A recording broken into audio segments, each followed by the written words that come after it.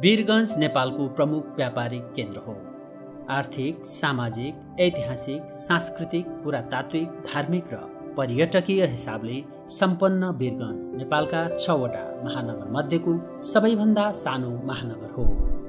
प्रदेश नम्बर 2 को पर्सा जिल्लामा अवस्थित वीरगञ्ज नेपाल भारत सिमानामा रहेको प्रमुख नाका पनि हो।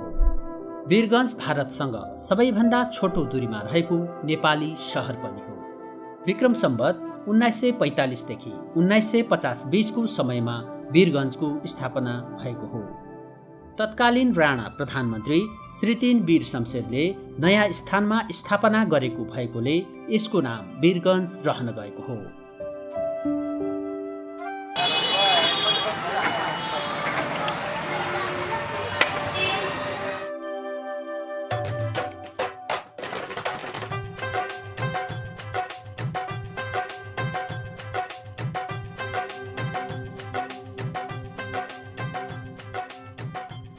वीरगञ्ज महानगरपालिका कुनै एउटै मान्छेले बनेको छैन। विशेष गरी यो ठाउँ बनाउनमा यहाँका उद्योगी व्यवसायीको ठुलो हात छ र यहाँको जनताको पनि हात छ। उद्योगी व्यवसायीले नै यहाँको जनताले नै सारा निर्माणका काम आजसम्म गरेका छन्। त्यो घण्टाघर होस् या त्यो शङ्कराचार्य गेट होस् या यहाँका 2टा हस्पिटलहरू हुन् या त्यस्ता विभिन्न इन्फ्रास्ट्रक्चर स्कुलहरू होस्, यहाँका वीरगञ्जको जनताकै सम्पूर्ण भूमिका छ। हो, अब नेपाल सरकारले थुप्रै लगानीहरू वीरगञ्जमा गरिरहेका छ। हामीहरू चाहिँ घचघचाइरहेका छौँ। आउने दिनमा उहाँहरूको लगानी पनि हामीले प्राप्त हुन्छ। तर वीरगञ्जको जनताको सम्पूर्ण समुदायको जुन योगदान छ त्यसलाई हामी बिर्सन सक्दैनौँ। सबैको योगदान बराबरी छ र वीरगञ्जको हरेक कुरामा, त्यो आन्दोलन होस् या विकासको कुरामा होस्, वीरगञ्जको जनता जसले पनि साथ दिएको छ।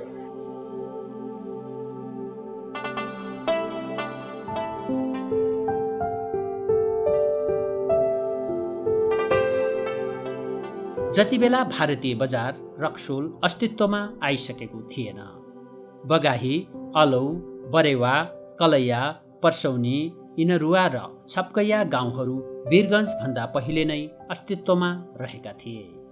समुद्री सतहबाट 122 मिटर उचाइमा रहेको वीरगञ्ज महानगरको उत्तरमा 12 जिल्ला र दक्षिणमा भारतको बिहार पर्दछ। विक्रम सम्वत 2068 को जनगणना अनुसार वीरगञ्जको जनसङ्ख्या 1,40,000 रहेको छ। यसको क्षेत्रफल 22 वर्ग किलोमिटर रहेको छ। औद्योगिक तथा व्यापारिक सहर, सुसंस्कृत, सभ्य हाम्रो वीरगञ्ज महानगर भन्ने मूल मन्त्रका साथ सगौरव, सुन्दर, सुसंस्कृत र व्यापारिक सहर निर्माणमा जुटेको छ महानगर।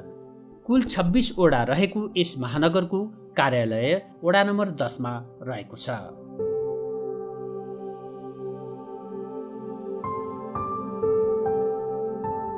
वीरगञ्ज राजधानी काठमाडौँदेखि 192 किलोमिटरको दूरीमा रहेको छ भने सिमरा विमानस्थलदेखि 22 किलोमिटर र पूर्व पश्चिम राजमार्गदेखि 26 किलोमिटर दक्षिणमा अवस्थित छ। वीरगञ्ज महानगर जनताको चाहना र युगको आवश्यकता अनुरूप सभ्य र सुसंस्कृत परिचय बनाउन कटिबद्ध छ।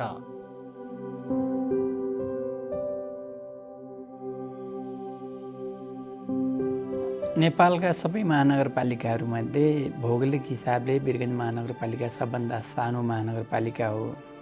तर देशको अर्थतन्त्रमा प्रभाव पार्ने हिसाबले वीरगञ्ज महानगरपालिका एउटा चाहिँ औद्योगिक नगरी पनि भएको हिसाबले यसले चाहिँ ठुलो महत्त्व राख्छ र यसलाई चाहिँ देशको आर्थिक राजधानी पनि भनिन्छ। त्यस हिसाबले अरू महानगरपालिकाभन्दा यो फरक छ। त्यस बाहेकको कुरा गर्नुपर्दाखेरि वीरगञ्ज महानगरपालिका क्षेत्रभित्रका नागरिकहरू छिटोभन्दा छिटो आफूलाई वीरगञ्जको चाहिँ समृद्धि र वीरगञ्जको जुन पुरानो समयदेखिको विरासत छ, गौरव छ, त्यसलाई कसरी फर्काउने, अझ चाहिँ समुन्नत र गौरवमय कसरी बनाउने भन्ने सवालमा यहाँका सबै नागरिक समाज, युवा क्लबहरू, सामाजिक अभियन्ताहरू, राजनीतिक दल लगायतले सबैले चाहिँ साथ दिएको पाइन्छ। भनेको सबैको एउटा एकमत भएर काम गर्न सकिने किसिमको वातावरण मैले वीरगञ्ज महानगरपालिकामा देखेको छु।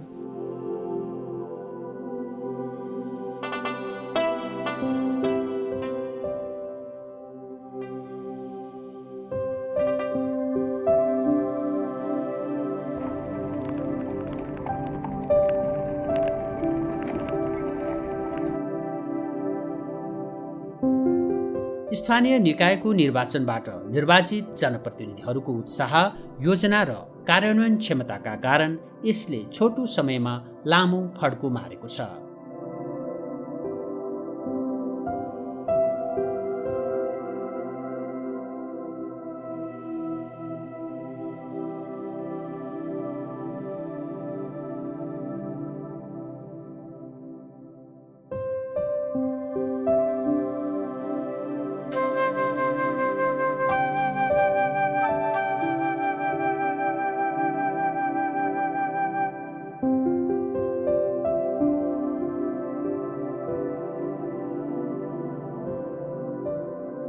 उद्योग र व्यापार नै वीरगञ्जको प्रमुख आर्थिक क्रियाकलाप हो।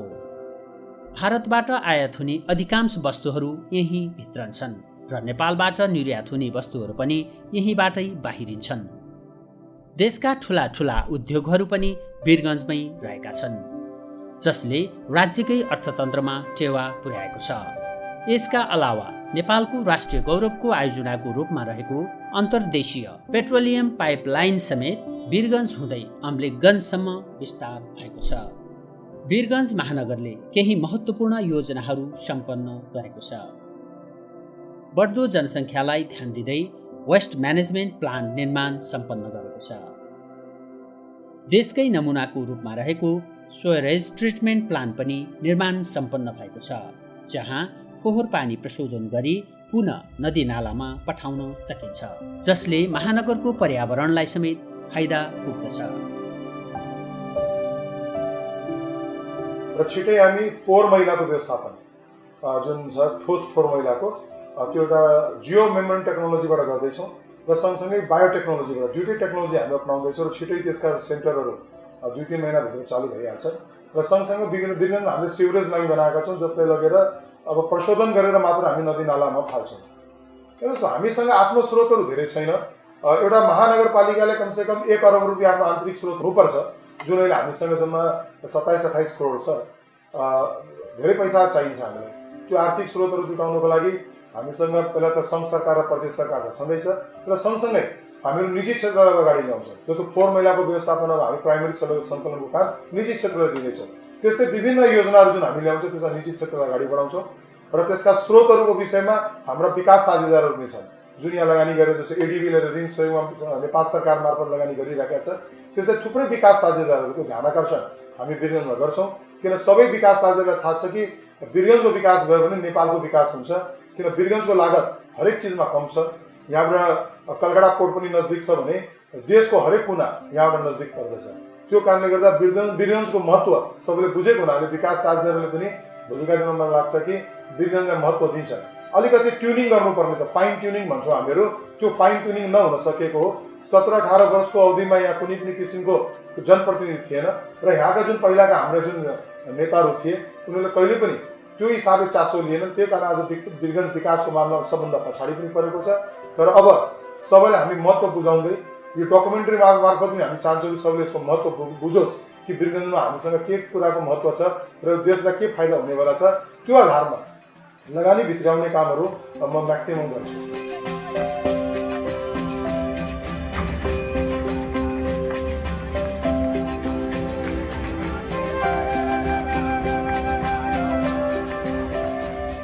पछिल्लो दिनहरूमा खास गरी पूर्वाधारको क्षेत्रमा भन्ने हो भनेदेखि वीरगञ्जको फोहोर मैला व्यवस्थापनको लागि चाहिँ ल्यान्डफिल साइटहरू चाहिँ तयार गर्ने, वीरगञ्ज नगर क्षेत्रबाट निस्किने फोहोर प्रदूषणयुक्त पानीको प्रशोधनका लागि ट्रिटमेन्ट प्लान्टहरू पनि तयार भएर अन्तिम अवस्थामा पुगेको छ। र वीरगञ्जको यातायात व्यवस्थापनका लागि वीरगञ्जमा बनेर सिधै नै आँटेको चाहिँ जुन बस पार्क छ, एउटा गौरव गर्न लायक किसिमको बस पार्क चाहिँ बनिराखेको छ।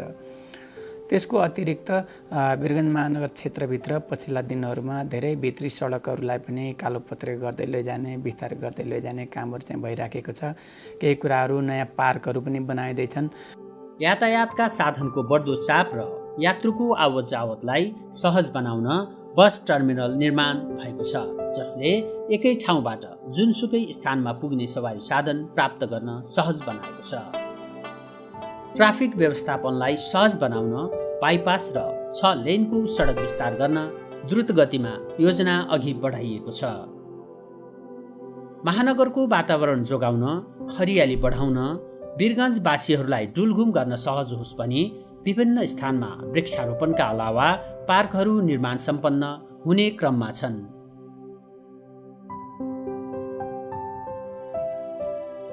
खानाका पारखीहरूका लागि पनि वीरगञ्ज आकर्षणको केन्द्र हो। स्ट्रिट फुडको रूपमा समेत प्रख्यात यो सहर सेकुवा र माछाका परिकारहरूका लागि उपयुक्त छ। पानी सेकुवा, भुजा पकौडी, चना चटपटे, समोसा, चाट यहाँको रोजाइ हो। यसका साथै मिठाई र पान यहाँको संस्कार नै बनेको छ। दाल, भात, तरकारी र रोटी यहाँको प्रमुख खाना हो। सुक्खा बन्दरगाह वीरगञ्जको प्रमुख आर्थिक केन्द्र हो। भारत लगायतका मुलुकबाट आयात हुने माल सामानहरू यहीँ आउने गर्दछन्। देशको प्रमुख नाका भएकोले आयात निर्यातलाई व्यवस्थित गर्न भारत सरकारको सहयोगमा इन्टिग्रेटेड चेकपोस्ट निर्माण सम्पन्न भएको छ। व्यापार व्यवस्थापन र अन्तर्देशीय व्यापार विस्तार गर्न सहज बनाएको छ। अहिले वीरगञ्ज महानगरपालिकाले ट्याक्सेसनको मामलामा एकदमै कसरी सम्पूर्ण उद्योगहरू रिन्युअल कसरी गराउने, कुनै उद्योगले ग्रिनरी लगाइराखेको छ भने त्यसमा ट्याक्समा रिबेट कसरी दिने, यानि यस्ता धेरै पोलिसिजहरू लिएर आउनु भएको छ। जुन अहिले पोल्युसनका जुन रिभरका पोल्युसनका कुराहरू छ, त्यसमा सिर्सिया कोरिडोरका निर्माणका कुराहरू जुन कि अहिले इन्जिनियर्सहरूको लागि हेडेक भइराखेको छ, र त्यसपछि सिर्सिया कोरिडोरमा रोडवेजहरू पनि बनाउने, जुन रोड छ त्योभन्दा पनि अलग रोडहरू बनाउने कुराहरू उहाँले गर्नुभएको छ।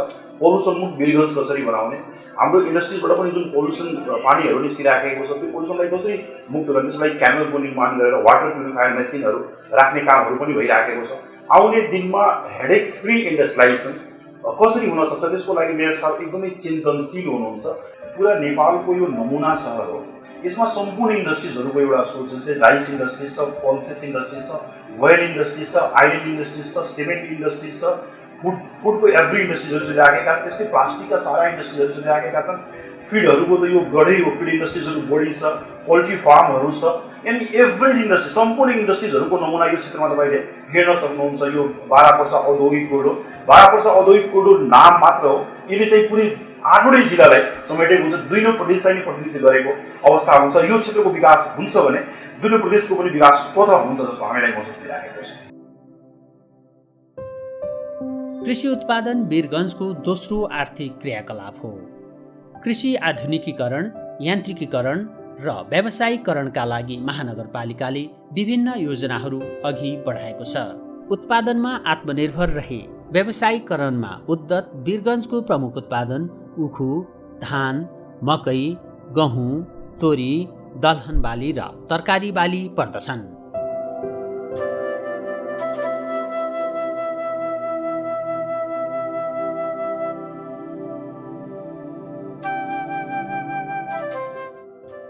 पशुपक्षी पालनतर्फ गाई, भैँसी, बाख्रा, हाँस, कुखुरा र माछा पालन हुँदै आइरहेको छ।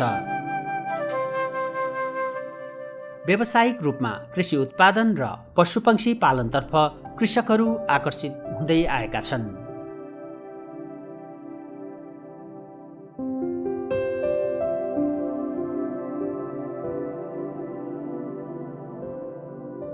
कृषिमा लगानी केही थिएन, सिँचाइमा पिउने लगानी थिएन। भन्नको लागि हामीसँग नहर थियो, कृषिमा लगानी पनि भइरहेछ भनिन्थ्यो।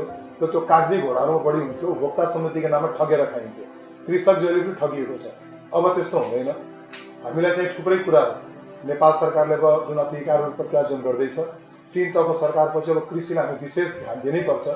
अहिले पनि हाम्रो तराई भनेको कृषिमै आधारित ठाउँ छ। हाम्रो जिडिपीमा ठुलो योगदान कृषिको नै छ। यसलाई व्यवस्थित ढङ्गले कसरी लग्ने त्यसको लागि वीरगञ्ज महानगरपालिका ठुलो योजना छिटै ल्याउँदैछ। सिँचाइ हुन सकेका छैन राम्रोसँग, जबकि सबै नदीहरू उत्तरबाट दक्षिणै बगिरहेछ, तैपनि हामीहरू चाहिँ पर्याप्त मात्रामा सिँचाइ पुगाउन सकेको छैन। आकाशे पानीमै नै निर्भर छौँ। र सँगसँगै जुन क्रपहरू छ, अब हामीहरू के उसमा जाँदैछौँ भने अब धान चामलको या गहुँको खेती नगरेर अब हामीहरू किन होइन एडिसनल चाहिँ भ्यालुएडेड क्रपमा जाने। त्यसको लागि किसानलाई पहिला शिक्षित गर्नु पर्यो र कुन किसिमका भ्यालुएडेड प्रडक्ट जुन हाम्रो नजिकको बजारमा जाओस् त्यसको हामी खोज गर्दैछौँ। र सँगसँगै ती भ्यालुएडेड प्रडक्ट्स या उनको उपजलाई व्यवस्थित रूपले मार्केटसम्म, भुक्तासम्म सही मूल्यमा पुर्याउनको लागि थोक मन्डीहरूको व्यवस्था आजसम्म थिएन। 4-5 ठाउँमा थोक मन्डी खोल्ने र विभिन्न किसिमका साना साना अरू आउटलेटहरू खोलेर कृषकलाई नै डाइरेक्ट बिचौलिया मार्फत नहुन कि डाइरेक्ट चाहिँ उनीहरूलाई चाहिँ कसरी आफ्नो उपजको सही मूल्य पाउन सक्छ त्यसमा हामीहरू अब ध्यान केन्द्रित गरेका छौँ। धार्मिक र सांस्कृतिक रूपमा समेत सम्पन्न छ वीरगञ्ज। विविध जाति, भाषा, धर्म, संस्कार र सभ्यता बोकेको सुसंस्कृत सहरको रूपमा रहेको यो सहरमा हिन्दू, मुस्लिम, सिख, इसाई र बौद्ध धर्मावलम्बीहरूको बसोबास रहेको छ। नेपाली, हिन्दी, भोजपुरी, मारवाडी र स्थानीय भाषा बोल्ने गरिन्छ।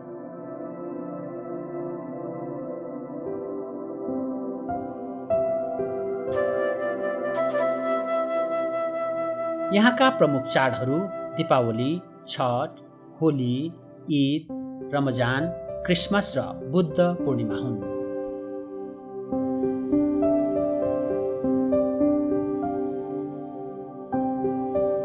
बिर्तामाई मन्दिर, गहवामाई मन्दिर, अलखिया मठ, विन्ध्यवासिनी मन्दिर, कृष्ण मन्दिर, अहमदिया मस्जिद, मदिना जामे मस्जिद, अबुबकार मस्जिद, बौद्ध विहार र गुरुद्वारा समेत वीरगञ्जवासीका आस्था र श्रद्धाका केन्द्र हुन्। खास गरी ऐतिहासिक र सांस्कृतिक धरोहरका हिसाबले वीरगञ्ज निकै समृद्ध छ। गहवामाईदेखि लिएर भिस्वा, उतापट्टि विन्ध्यवासिनी मन्दिर लगायतका मन्दिरहरू, धार्मिक आस्थाका चाहिँ धरोहरका साथसाथै घडियालबा पोखरी, यो धेरै चाहिँतिर प्रसिद्ध भएको चाहिँ पोखरी पनि छ। यस किसिमले भन्नुपर्दाखेरि विभिन्न धर्मका, चाहे हिन्दू धर्म अथवा मुस्लिम धर्म लगायतका चाहिँ धर्मावलम्बीका साथसाथै बौद्ध धर्मका चाहिँ सम्पदाहरू समेत यो नगर क्षेत्रभित्र चाहिँ छन्। त्यस हिसाबले पनि पूर्वाधारको हिसाबले गर्व गर्न लायक वीरगञ्ज बन्दैछ। शङ्कराचार्य गेट यहाँले चाहिँ देख्न सक्नुहुन्छ, साँच्चै नेपालको एउटा सांस्कृतिक धरोहर पनि हो। लगायतका चाहिँ सांस्कृतिक, औद्योगिक र पूर्वाधारका चाहिँ गौरव गर्न लायकका चाहिँ क्षेत्रहरू वीरगञ्जमा छन् र कतिपय बन्दै पनि छन्।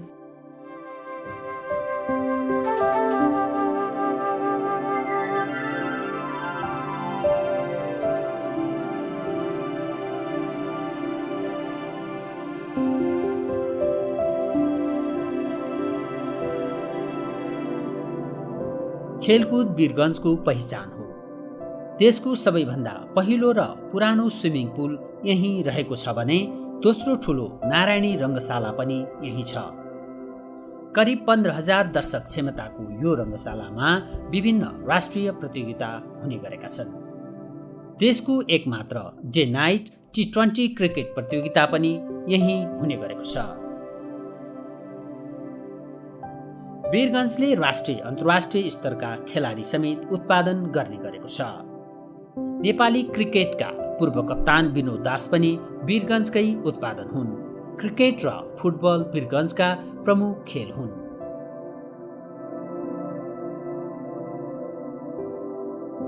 कला र साहित्यमा समेत वीरगञ्ज अग्रणी भूमिकामा रहेको छ।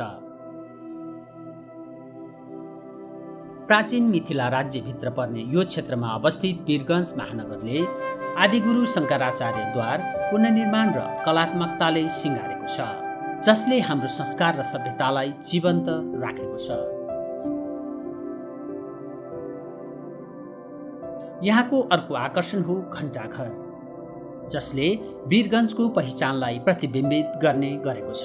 त्यस्तै धार्मिक, सांस्कृतिक र पर्यटकीय हिसाबले प्रख्यात घडियालबा पोखरी वीरगञ्जको धड्कन बनेर रहेको छ, जहाँ सङ्गीतको लय र तालसँगै पानीको फोहराको सुन्दरता निहाल्न सकिन्छ रात्रिकालीन समयमा।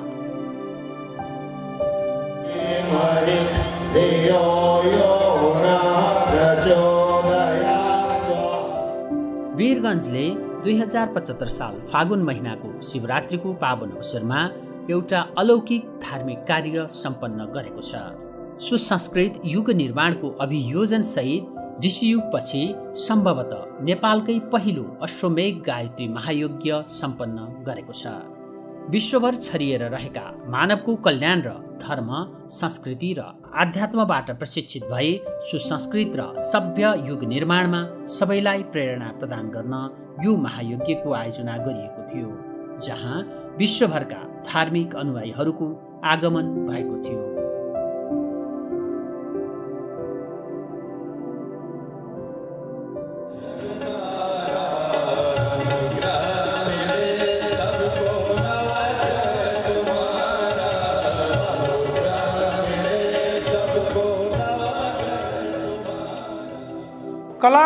कला भनेपछि यो त अमूर्त शब्द हो। हेर्नुहोस्, कला धेरै प्रकारका हुन्छन्।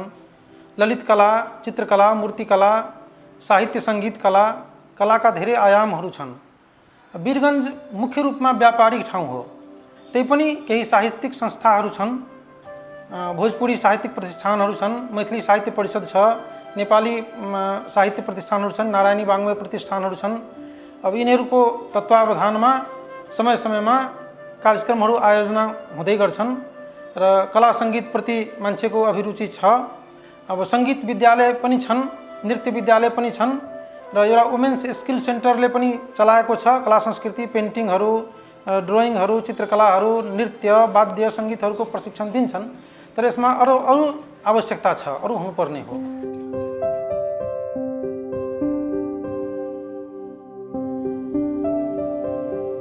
वीरगञ्ज महानगरपालिका क्षेत्रभित्र खास गरी दुईटा प्रमुख समस्याहरू छन्। एउटा वीरगञ्जको मुख्य बजार हुँदै जाने जुन सडक छ त्यो साँघुरो भएको कारणले यातायात व्यवस्थापनमा समस्या भएको छ, किनकि यति धेरै सवारी साधनहरू यहाँ गुडिराखेका देखिन्छन् कि त्यो साँघुरो सडकले धान्न नसक्ने अवस्था एउटा छ।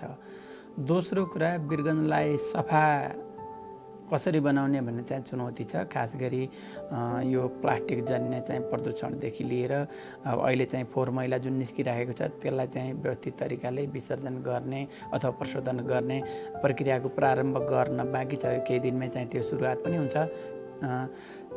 र नदी चाहिँ जुन यहाँले पनि देख्न सक्नुहुन्छ एकदमै प्रदूषणले चाहिँ कालो पानी बग्ने किसिमको चाहिँ जुन अवस्था छ, यी कुराहरूलाई फोहोर मैला व्यवस्थापन गरेर, नदी चाहिँ सफा गरेर र ट्राफिक व्यवस्थापन गरेर मात्रै वीरगञ्जलाई चाहिँ साँच्चै उज्यालो र गौरवमय बनाउन सकिन्छ। यी चुनौतीहरूलाई चाहिँ सामना गर्नका लागि वीरगञ्ज महानगरपालिकाले आवश्यक तयारी पनि गर्दै गरेको अवस्था छ। वीरगञ्ज महानगरलाई शैक्षिक हिसाबले अब्बल बनाउन महानगरपालिकाले विभिन्न शैक्षिक योजनाहरू अघि सारेको छ। महानगरका मेयर स्वयं स्कुलमा पुगी विद्यार्थीहरूसँग अन्तर सम्बन्ध स्थापित गर्न र अन्तर संवाद गर्न थाल्नु शिक्षा क्षेत्रले फड्को मार्ने सङ्केत हो। मेयर इन क्लासरुम मार्फत सरकारी विद्यालयको शैक्षिक सुधारको लागि विद्यालय सुधार, गुणस्तरीय शिक्षा, शैक्षिक जागरण र नागरिक दायित्वमा मेयरको सक्रियता रहेको छ। यसै गरी वीरगञ्जलाई मेडिकल हबको रूपमा समेत स्थापित गर्न महानगर सक्रिय रहेको छ। वीरगञ्जवासीको स्वास्थ्यलाई मध्यनजर गरी सरकारी मेडिकल कलेज सञ्चालन प्रक्रिया सुरु भइसकेको छ। स्वास्थ्य सेवामा पनि वीरगञ्जले उल्लेख्य प्रगतिको सम्भावना देखाएको छ। बीचमा आएर विद्यालयको भौतिक अवस्था अत्यन्त जीर्ण भइसकेको थियो। त्यसपछि भूकम्पले पनि विद्यालयलाई धेरै प्रभाव पारेको थियो। विद्यार्थी सङ्ख्या ज्यादै, तर तिनीहरूले बस्नका लागि कोठा थिएन, फर्निचर थिएन। विद्यालय 2 सिफ्टमा चलाउनु पर्थ्यो।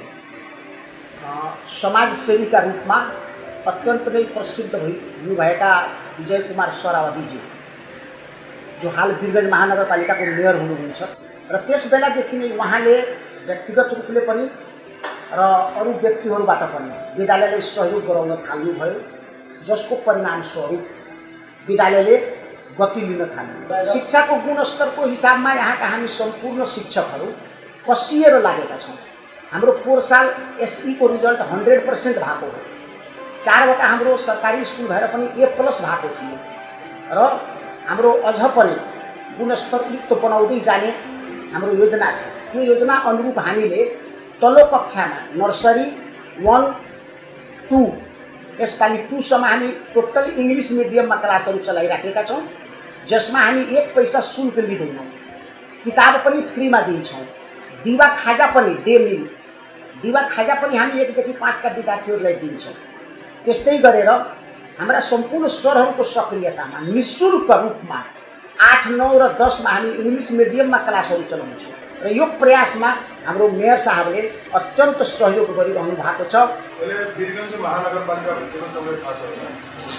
तर यो महानगरपालिका कहिले महानगरपालिका बन्छ जब हामी वीरगञ्जलाई सरसफाइ गर्न सक्छौँ, सफाइ राम्रो गर्न सक्छौँ, त्यसमा तपाईँहरूको ठुलो भूमिका हुन्छ। त्यस्तै यहाँको शिक्षा, जुन बच्चाहरू स्कुल गइरहेका छैनन् त्यस्तो बच्चाहरू यदि देखिन्छन् भने उनीहरूलाई कसरी स्कुलसम्म पुर्याउनु, त्यसको आमाहरूलाई कसरी मोटिभेट गर्नु, यो काममा तपाईँहरूको ठुलो भूमिका हुन सक्छ। र अर्को स्वास्थ्यमा तपाईँलाई थाहा छ कि अहिले धेरैजना शिक्षाको कारणले गर्दा स्वस्थ पनि हुन सकिरहेका छन्। जस्तो सुरक्षित मातृत्व कसरी गराउने होइन, कि बच्चा पैदा भइसक्यो उसलाई खोपको व्यवस्था कसरी गराउने, हाम्रो सबै व्यवस्था छ। हरेक वार्डमा हामीसँग स्वास्थ्य चौकीहरू छ, बजारमा चाहिँ अस्पताल छ, ती विषयहरू।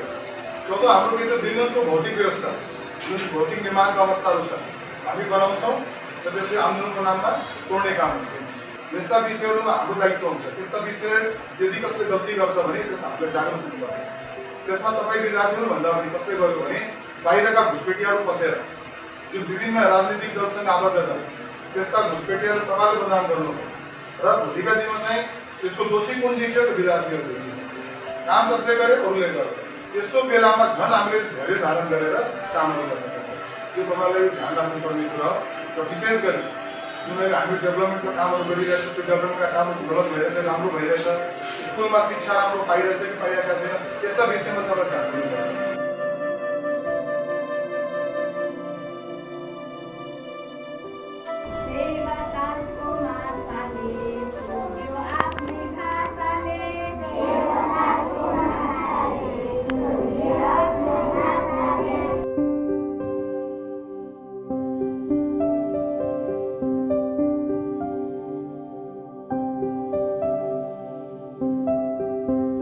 स्कुलहरूमा चाहिँ स्पेसली छोरीहरूको लागि जुन हाम्रो सेनिटरी प्याडको मेसिनहरू, भेन्डिङ मेसिनहरू राखेर उनीहरूलाई सरल ढङ्गले सेनिटरी प्याड पाओस्। र सँगसँगै इङ्ग्लिस मिडियम एउटा आवश्यकताको चिज भइसक्यो हुनाले यो साल हामी अनिवार्य 2 क्लास पनि अब इङ्ग्लिस मिडियम गरिसकेका छौँ। क्रमशः हरेक साल एउटा क्लास बढाउँदै गर्दै हामीले इङ्ग्लिस मिडियममा पूर्णतः सरकारी स्कुललाई अनिवार्य रूपमा एक सेक्सन कमसेकम हामी परिणत गर्छौँ, जसले गर्दा जुन अहिले बाध्यता भएको छ हाम्रा स्कुली बच्चाहरूलाई जुन सक्दैनन्, गरिब बच्चाहरू छन् बोर्डिङ स्कुलमा जानको लागि, उनीहरूलाई कमसेकम सरकारी स्कुलमा एउटा गुणस्तरीय शिक्षा पाओस् भनेर त्यो हिसाबमा हामी अगाडि बढेका छौँ।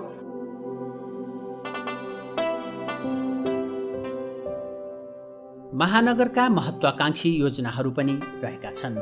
सिर्सिया नदी सफाई अभियान, बारा पर्सा औद्योगिक करिडोर निर्माण, 6 लेनको सडक विस्तार, हुलाकी राजमार्ग निर्माण, रोजगारीमूलक कार्यक्रम सञ्चालन लगायतका जनतासँग प्रत्यक्ष सरोकार हुने र सुन्दर महानगरका लागि आवश्यक पूर्वाधार निर्माणमा महानगर कटिबद्ध छ।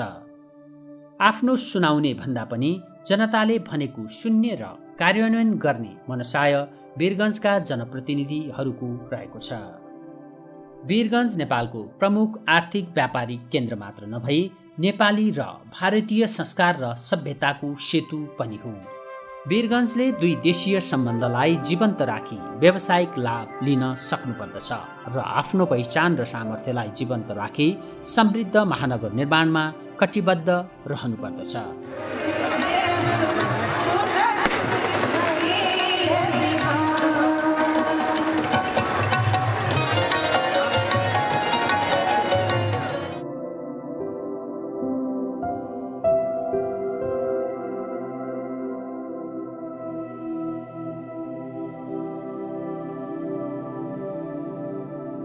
वीरगञ्ज महानगरपालिकाले पहिलेको स्तरभन्दा अहिले चाहिँ एकदमै राम्रो विकास गरिरहेको छ। जस्तै कि हामी हेर्न सक्छौँ कि अहिले रोडको विकास एकदम फास्ट तरिकाले भइरहेको छ। त्यसै गरी स्कुलहरूमा पहिले जुन सरकारी स्कुलहरूमा नेपाली मिडियमले पढाइ हुन्थ्यो त्यो चाहिँ अहिले बदलेर इङ्ग्लिस मिडियमतिर ल्याएको छ। त्यसै गरी महिला हिंसाहरूको जुन पहिले धेरै थियो अहिले कम भइरहेछ, किनभने ठाउँ ठाउँमा गाउँ गाउँमा गएर जनचेतनाहरू फैलाइराख्नु भएको छ। त्यसै गरी खुल्ला दिशामुक्त गर्ने पनि अभियानहरू उहाँहरूले चलाइराख्नुपर्छ। जुन ठाउँमा खुल्ला दिशामुक्त भएको छैन त्यो ठाउँलाई खुल्ला दिशामुक्त गर्न उहाँहरूले अभियान चलाउनु भएको छ।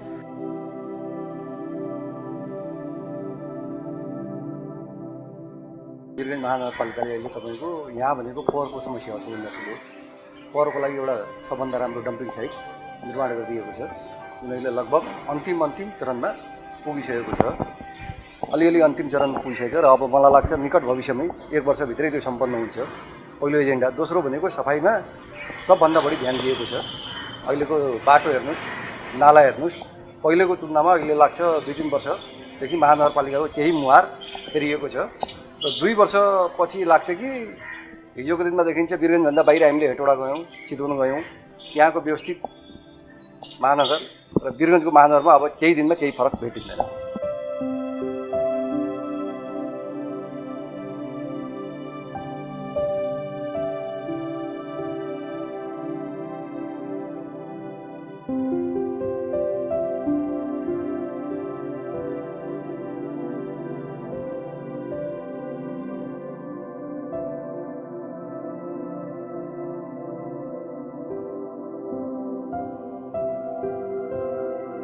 किन चुनौती धेरै छ। अहिले संघीयतामा हामी गएका छौँ, 3टा तहको सरकार भनिएको छ। 3 तहको सरकार बोल्दा बोल्दै पनि जुन तरिकाले हामीले डिमार्केसनहरू गरेर अधिकारको प्रत्यायोजन गर्नु पर्थ्यो र काम गर्न दिनु पर्थ्यो या कर्मचारी समायोजन गर्नु पर्थ्यो, त्यो अहिलेसम्म सङ्घ सरकारले पूर्ण रूपले गर्न सकेको छैन। वीरगञ्ज महानगरपालिका बिस्तारै माथि बढ्दै आएको ठाउँ हो। यहाँ हामीसँग स्रोत र साधन अहिले छैन, मानवीय स्रोतहरूमा पनि कमी छ। त्यो सबै कुराहरूको च्यालेन्ज हुँदाहुँदै पनि वीरगञ्ज महानगरपालिकामा हामीले आउटसोर्स गरे पनि हामीहरू चाहिँ शिक्षा र स्वास्थ्यलाई अगाडि बढाइसकेका छौँ राम्रो ढङ्गले र पूर्वाधारमा पनि दीर्घकालीन अल्पकालीन योजनाहरू बनाएर केबाट हामीलाई बढी बेनिफिट हुन्छ त्यसमा हामी अगाडि बढिसकेका छौँ। विशेष गरी ग्रामीण जुन वार्डहरू हाम्रो जोडिएको छ 16वटा, उनीहरूलाई वीरगञ्ज महानगरपालिकासँग कनेक्टिभिटी दिनको लागि एउटा मिनिमम ठुलो सडक र फुटपाथ नाला समेतको हामीले व्यवस्थित गर्छौँ र त्यसपछि नगर बस सेवाको सुरुवात गरेर बजार आउने जुन प्रवृत्ति छ, अर्बनाइजेसनको जुन प्रवृत्ति छ, त्यो रुरलबाट जुन मान्छेहरू यहाँ पलायन भइरहेछ त्यो हामी रोक्छौँ। वहीँ सेटेलाइट सिटीको धारणामा हामीहरू सेटेलाइट सिटीमा सानो सानो सहरहरूको व्यवस्था गरेर त्यहाँनिर उनको रोजगारको साथसाथै आर्थिक र टेक्निकल दुइटै चिज हामी त्यहीँ थलोमै पुर्याउने हिसाबले अनि स्पेसलाइज कुनै बिजनेसहरू जस्तो कहीँ फिसरीको, कहीँ पोल्ट्रीको, कहीँ हामी चाहिँ विशेष उत्पादनहरूका कुराहरूलाई गाउँ गाउँसम्म पुर्याउँछौँ हामी, जसले गर्दा मान्छेलाई चाहिँ रोजगारको लागि सहरमुखी नहुनु परोस् र गाउँकै नै डेभलपमेन्ट वीरगञ्ज महानगरपालिकाबाट हामी गर्न तयार छौँ।